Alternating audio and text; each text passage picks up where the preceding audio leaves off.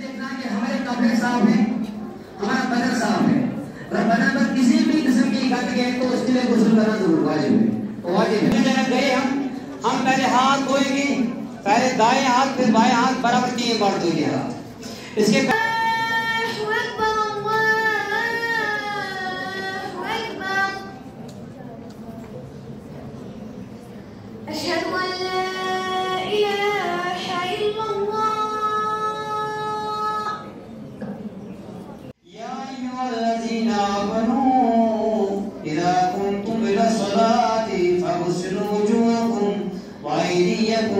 إلا المرافق وامسحوا برؤوسكم وأرجلكم إلى الكعبين صراط الذين أنعمت عليهم غير المغضوب عليهم